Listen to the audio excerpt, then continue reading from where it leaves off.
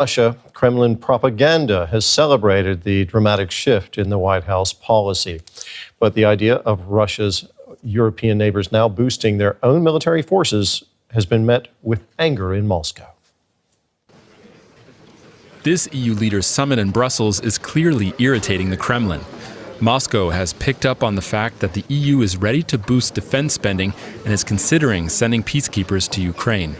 The confrontational rhetoric and the confrontational developments that we are now seeing in Brussels and Europe's capitals are seriously at odds with finding ways to peacefully resolve the situation in Ukraine.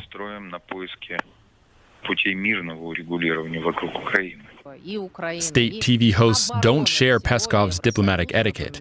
They were watching both the speeches and the looks of the participants. The gathering itself resembles a meeting of cripples. Poland's Prime Minister Tusk hobbled past the cameras and declared that Russia would lose just like the USSR. So this Pole has injured not just his limbs, but also his brain. The President of France has completely lost his mind as well. According to state propaganda, it wasn't just the President of France who lost his mind. They also called Denmark's PM Mette Frederiksen crazy for being open to nuclear weapons in her country. From recent reactions, it seems that state propagandists are most worried about Europe's unity in defending Ukraine. This provincial Europe is being torn apart right now. Can you imagine how incompetent these people are and how little they have to do if they can afford the luxury of suddenly going to London, patting Zelensky on the head and showing Trump that they are against him?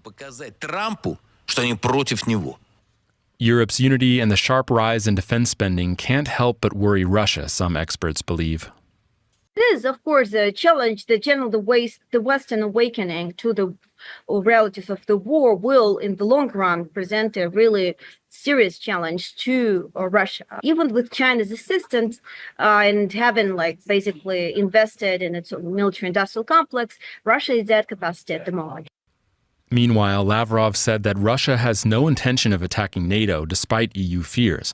He believes there's one person in the West who knows that Russia's real goal is to stop NATO's expansion.